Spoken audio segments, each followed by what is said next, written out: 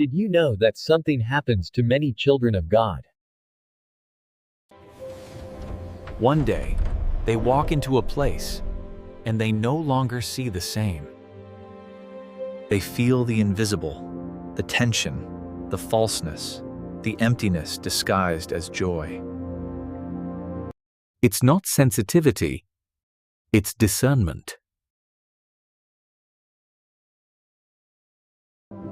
God has removed the veil from their eyes, and now they see what others cannot. And yes, it seems like a gift, and it is, but it's also a burden. Because seeing through the eyes of the Spirit makes you aware of realities others prefer to ignore. You notice the hypocrisy behind a smile, the pride within a prayer, the coldness in the middle of a Christian crowd. And once you see, you can no longer pretend. This is where the danger begins.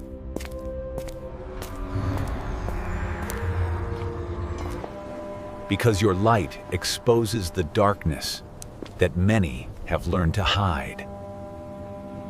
Your discernment makes others uncomfortable, and your presence reveals what's hidden. 1. The danger of isolation. The first danger of seeing what others don't is isolation. And I'm not talking about the simple loneliness of someone without friends, but the weight of living in a spiritual dimension that few understand. When God removes the veil from your eyes, He also separates you from the noise of the world.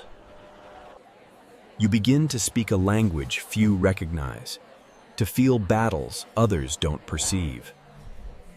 And the clearer you see, the more alien you feel.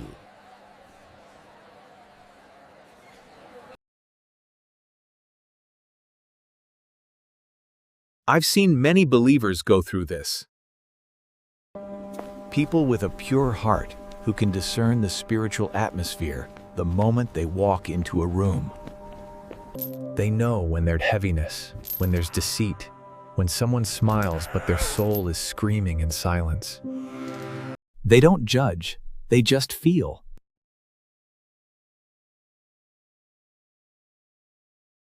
But that clarity, that gift, often has a price: distance. Because truth makes people uncomfortable, even within the people of God. Often, others can't stand that gaze that sees beyond.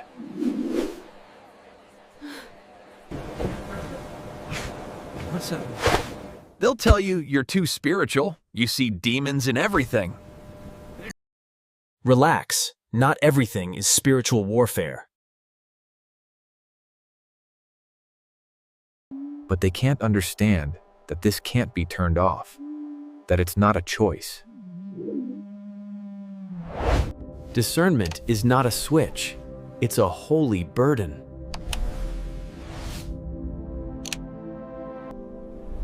And when God gives it to you, you can't just close your eyes again. That's how isolation begins, when your vision no longer fits superficiality. When what others call normal, you recognize as dangerous. And though it hurts, that isolation is not punishment, it's preparation. Because before God uses you to see for others, He teaches you to endure being alone. 2. The danger of speaking or staying silent. The second danger of seeing what others don't is this: to speak or to stay silent. Because when the Spirit reveals the truth behind appearances, you face a quiet test. Should you warn, or should you wait? If you speak, you might be wounded.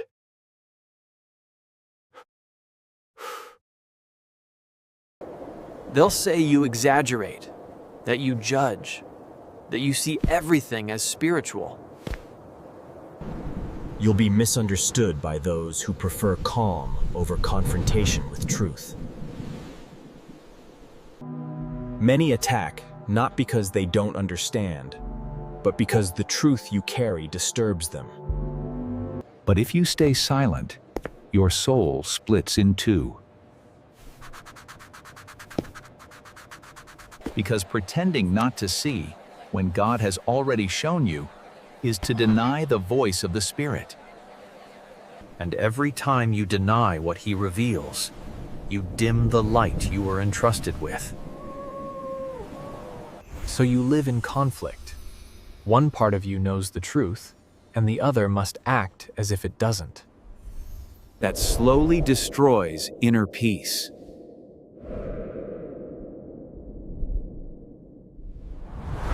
Sometimes discernment is not about speaking or staying silent, but about obeying God's timing. Because not every truth is meant to be spoken aloud. Some must be guarded in prayer. And in that tension between saying and keeping quiet, the character of one who sees with the eyes of the Spirit is forged. 3. The danger of rejection.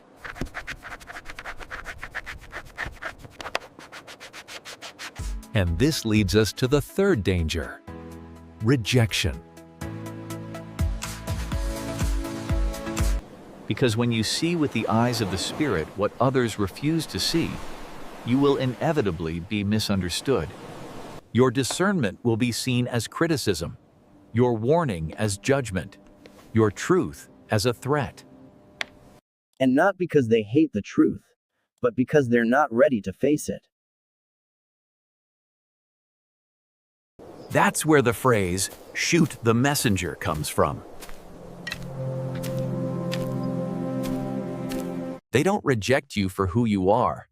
They reject what you reveal. When you say something is wrong, they accuse you of lacking faith. When you unmask hypocrisy, they call you divisive.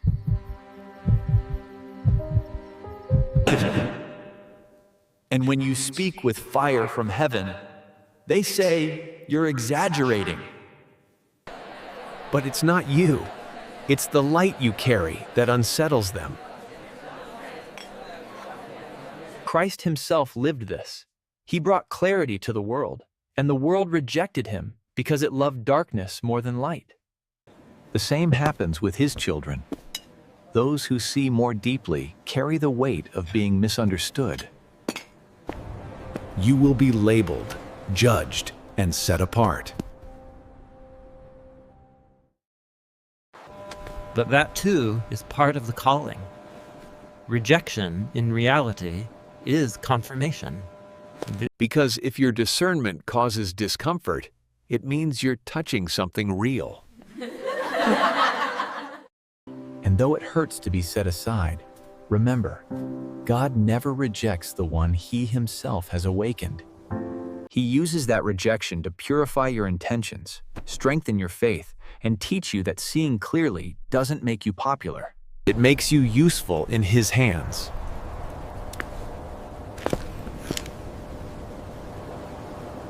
Four, the danger of confusion.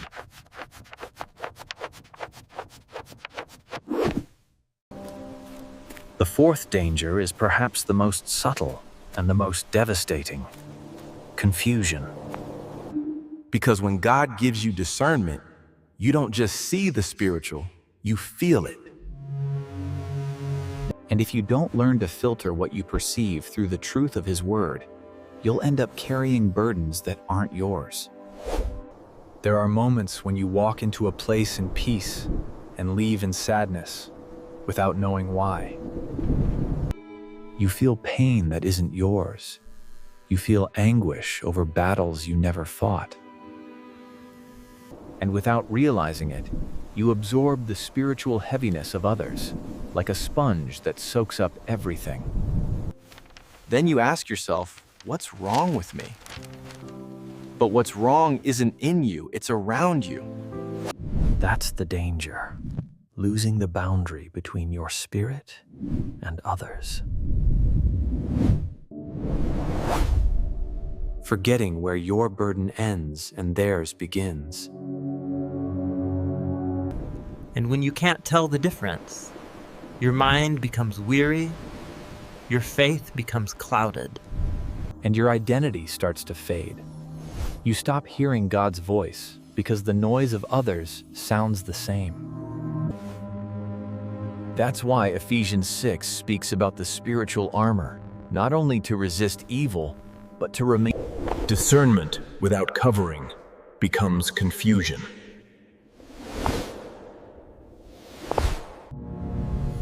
But discernment, under the presence of the Spirit, becomes power.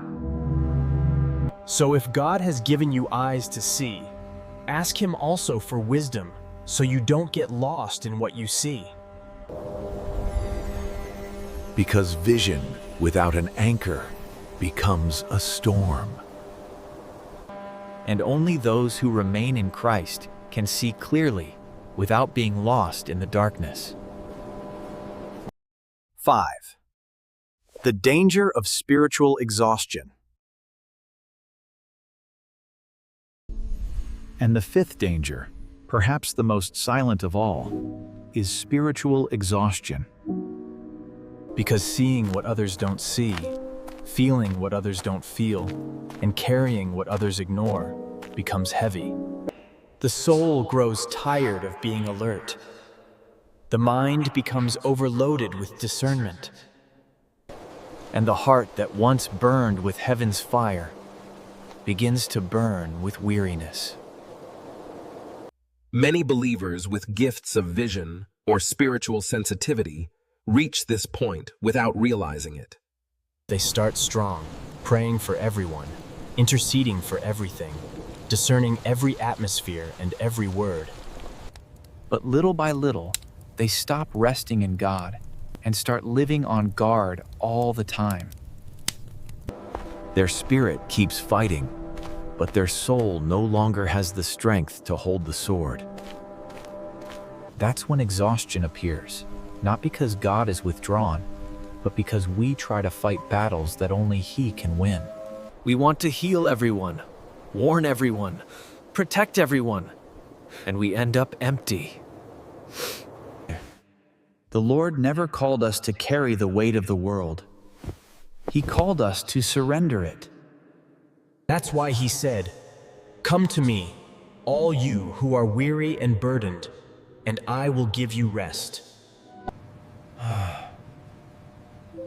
Rest in Christ is not a break from ministry. It's part of ministry. Without rest, discernment becomes a storm.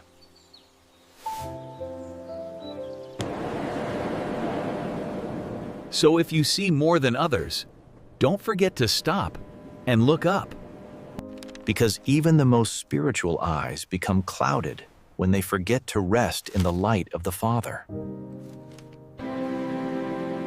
You weren't called only to see, you were called to belong. You're not a restless watchman or a wandering prophet. You are a beloved child. So, if you've been given eyes to see, remember that it's a gift, not a burden to carry alone. Find your rest in the one who gave you that sight.